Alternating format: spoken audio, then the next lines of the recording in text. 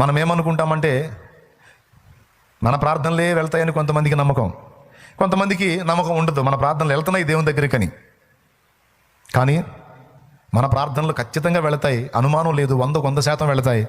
ఇంకా చెప్పాలంటే దేవుణ్ణి ఎరగని అన్యజనుల ప్రార్థనలు సహా వెళతాయి. దానికి నిరూపణ 2 వచనాలు మీకు చూపిస్తా బైబిల్లో.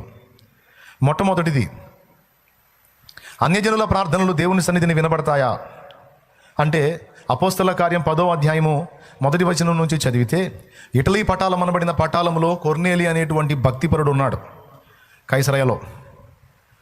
అతడు గురించి దేవదూత ప్రత్యక్షమై ఏం మాట్లాడాడో చూడండి. వచనం, పగలు ఇంచుమించు 3 గంటల వేళ దేవుని దూత అతని యొద్దకు వచ్చి కొర్నేలి అని పిలుచుట దర్శనమందు తేటగా అతనికి కనబడింది. అతడు దూత వైపు తేరి చూచి భయపడి, ప్రభువా ఏమని అడిగాను.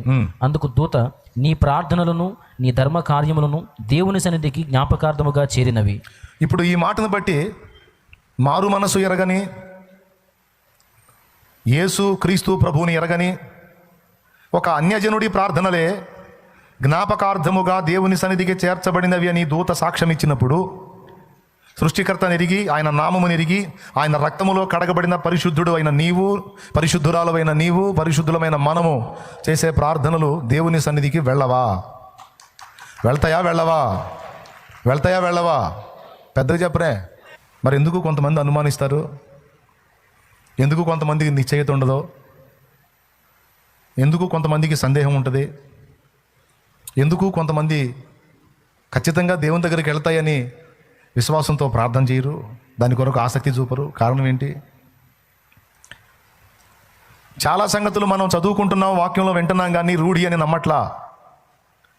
అందుకే చాలా విషయాలు మనం తీవ్రంగా చేయటల్లా, ఆశువుగా, ఆచారంగా, ఏదో తప్పనిసరి అన్నట్టుగా, అనాసక్తిగా చేస్తున్నాం. ఎందుకు?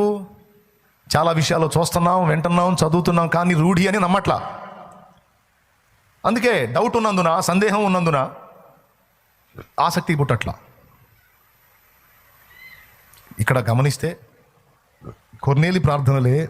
అప్పటికి కొర్నేలికి మారు మనసు లేదు. కొర్నేలి ఒక అన్యజనుడు, యేసు తెలియదు. తన మనస్సాక్షిని అనుసరించి తనకు తెలిసినంత వరకు సృష్టికర్త యందు భయభక్తులు కలిగి ఉన్నాడు. ప్రతిరోజు బహుశా యూదులలో కొంతమంది ఫ్రెండ్స్ ఉన్నట్టున్నారు ఇతనికి. ఎందుకంటే యూదులు ప్రార్థించే కాలంలో ఇతను ప్రార్థన చేస్తున్నాడు. ఇంచుమించు పగలు 3 గంటల వేళ ఇతను ప్రేయర్లో ఉన్నాడు. మీరు గమనిస్తే